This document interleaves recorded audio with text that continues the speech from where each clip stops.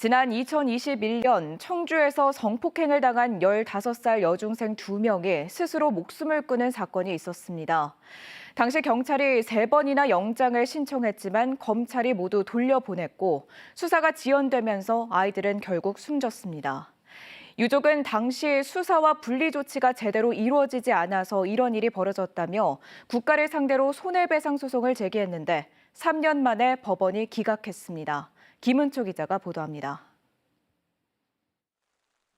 지난 2021년 5월 15살 중학생이던 아름이와 미소는 함께 세상을 떠났습니다.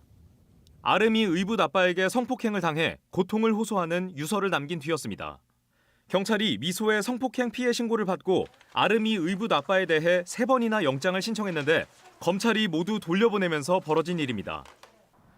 2021년 2월 고소장을 접수한 경찰은 체포영장을 신청했지만 3월 10일 검찰은 이를 기각했고 3월 19일 구속영장 신청도 진술 번복 가능성이 있다며 기각했습니다. 미소 변호사는 범행이 반복될 가능성이 있다며 구속수사가 필요하다는 의견서를 5월 3일과 6일 2차례에 걸쳐 제출했고 이를 바탕으로 경찰은 5월 11일 2차 구속영장을 신청했는데 검찰은 범죄 혐의가 소명되지 않았다며 또 기각했습니다. 그 사이 아름이와 미소는 나쁜 사람은 꼭 벌을 받아야 한다는 유서를 쓰고 숨진 채 발견됐습니다.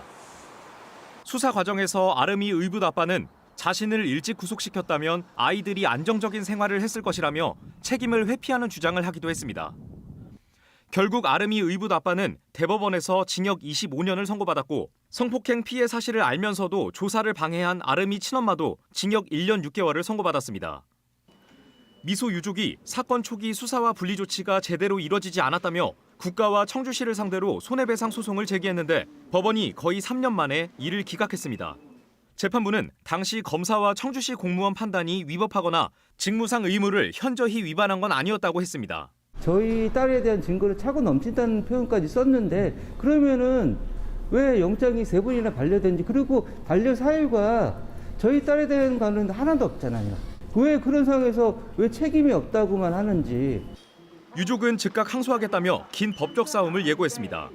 한편 이 사건을 계기로 친족 간 아동 성폭력 사건의 경우 피해자 즉각 분리를 의무화하는 법안이 지난 2022년 발의됐지만 국회를 통과하지 못하고 폐기됐습니다. MBC 뉴스 김우초입니다.